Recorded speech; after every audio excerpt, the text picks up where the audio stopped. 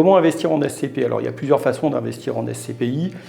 Principalement, on va dire qu'il y en a deux. Il y a l'achat de pleine propriété. Donc, vous achetez des parts en pleine propriété et vous touchez un revenu après 3 à 6 mois de délai d'entrée en jouissance. C'est le petit délai qu'on va attendre pour comptabiliser vos dividendes. C'est finalement le temps qu'il faut pour investir votre argent et pour garder une égalité entre les porteurs de parts. Ça, c'est le schéma le plus simple, le plus classique. Voilà, au bout de 6, 9 mois, le temps qu'on calcule depuis tous les fins de trimestre, on paye, vous percevez vos dividendes, vous faites vos déclarations et vous faites un peu ce que vous voulez de votre argent. Il est à vous, vous le réinvestissez, vous partez en vacances avec, vous faites, voilà, c'est votre choix.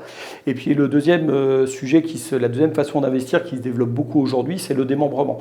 C'est-à-dire que la SCPI, c'est un placement immobilier, donc c'est soit un placement qui est relativement fiscalisé quand on est dans les tranches marginales un peu élevées.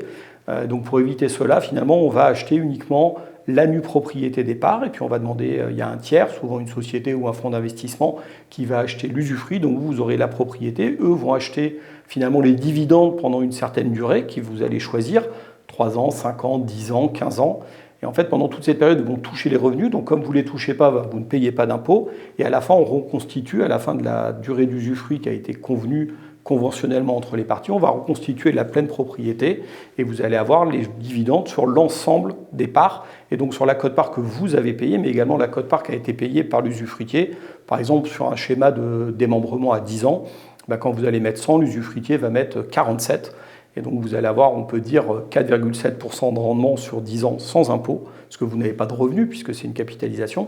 Et à la fin, vous allez toucher vos dividendes sur les 147, plus les revalorisations de parts qui auront eu lieu, donc peut-être 155, 160 pendant le reste de durée de fonds. C'est un placement qui peut être intéressant en préparant sa retraite ou par exemple en se disant qu'on a des enfants qui vont être étudiants dans 5 ans, 10 ans.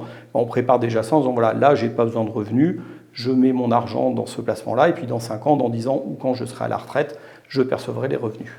Et évidemment, il y a le troisième moyen dont on parle très souvent, c'est le financement. Mais c'est vrai qu'aujourd'hui, avec les taux d'intérêt, c'est moins intéressant.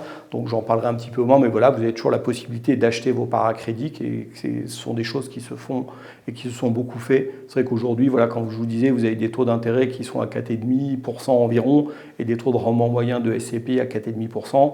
Il y a peut-être moins d'intérêt aujourd'hui à faire ça, mais les deux premiers sujets, pleine propriété ou démembrement, sont des façons assez intéressantes d'investir et peut-être avec le démembrement d'optimiser sa fiscalité et son placement.